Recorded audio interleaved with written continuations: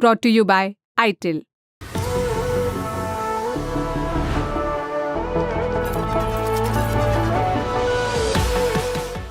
लाल नीली बत्ती वाली गाड़ी हो या अफसरों को धमकाना, आईएएस के जिस ओहदे के बलबूते पूजा खेड़कर धौंस दिखाती थी, अब वो पद उनसे छीन लिया गया है। बर्खास्त ट्रेनी आईएएस पूजा खेड़कर अब अफसर नहीं रहेंगी। उन्हें भारतीय प्रशासनिक सेवा से तत्काल प्रभाव से सेवा मुक्त कर दिया गया है। उनके खिलाफ ये एक्शन आईएएस प्रोबेशन रूल्स 1954 के नियम 12 के तहत लिया गया है।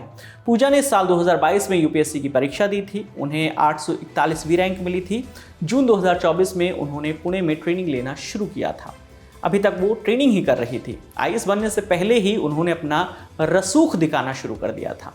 उन्होंने अपनी निजी ऑडी कार में लाल बत्ती और महाराष्ट्र सरकार की प्लेट लगवा ली। एक वरिष्ठ अधिकारी के चैम्बर पर कब्जा करने की कोशिश भी की।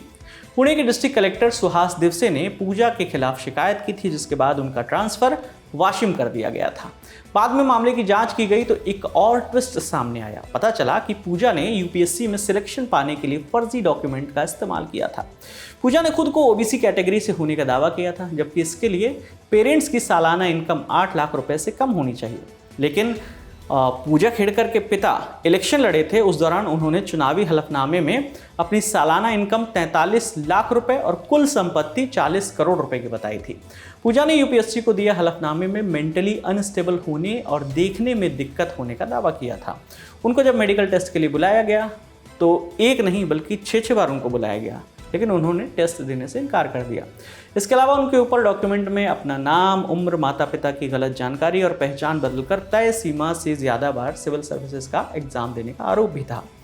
यूपीएससी ने पूजा के खिलाफ धोखाधड़ी और जालसाजी के लिए आपराधिक मामला शुरू किया।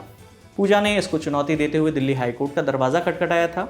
उधर यूपीएससी ने पूजा को 25 जुलाई तक अपना जवाब देने का वक्त दिया, लेकिन उन्होंने अपने जवाब के लिए ज़रूरी दस्तावेज जुटाने के लिए 4 अगस्त तक का समय मांगा। दैनिक भास्कर की एक रिपोर्ट के मुताबिक पूजा को 30 जुलाई की दोपहर 3:30 बजे तक का समय दिया गया था, लेकिन उन्होंने जवाब नहीं दिया, जिसके बाद 31 जुलाई को पूजा का सिलेक्शन रद्द कर दिया गया था। इस पर पूजा ने कहा था कि यूपीएससी को मेरे खिलाफ एक्शन लेने का अधिकार नहीं है। यूपीएससी ने पर्सनैलिटी टेस्ट के वक्त कलेक्ट किए गए बायोमेट्रिक डेटा से मेरी पहचान वेरीफाई की है। मेरे सारे डॉक्यूमेंट को 26 मई 2022 को पर्सनैलिटी टेस्ट में आयोग ने वेरीफाई किया था। 4 सितंबर को दिल्ली पुलिस ने हाईकोर्ट में नई स्टेटस रिपोर्ट दाखिल करके कहा कि पूजा की तरफ से यूपीएससी में जमा कराए गए 2 डिसेबिलिटी सर्टिफिकेट में से एक का फर्जी होने का शक है। इस पर 5 सितंबर को दिल्ली हाईकोर्ट में सुनवाई शुरू हुई। पूजा ने कहा कि मैं अपनी विकलांगता की जांच एम्स में कराने को तैयार हूं। पहले इन्होंने कहा कि मैंने अपना नाम बदलकर एग्ज़ाम दिया, अब ये कह रहे हैं कि मेरी विकलांगता पर भी संदेह है। ऐसा ही है तो मैं एम्स जाने को तैयार हूँ। जस्टिस सुब्रमण्यम प्रसाद ने कहा कि पुलिस ने मामले में और जांच करने के लिए 10 दिन का समय मांगा है, इसलिए मामले की अगली सुनवाई 26 सितंबर को होगी।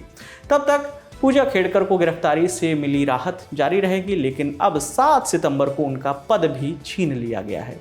उन पर भविष्य में यूपीएससी का कोई भी एग्जाम देने पर रोक लगा दी गई है। इस पूरे मामले में आगे जो भी अपडेट आएगा ललन टॉप के जरिए हम आप तक यूं ही पहुंचाते रहेंगे। आपके लिए तमाम जानकारी लेकर आई थी हमारी साथी रक्षा। मेरा नाम है विकास वर्मा। देखते रहिए दी ललन टॉप। शुक्रिया।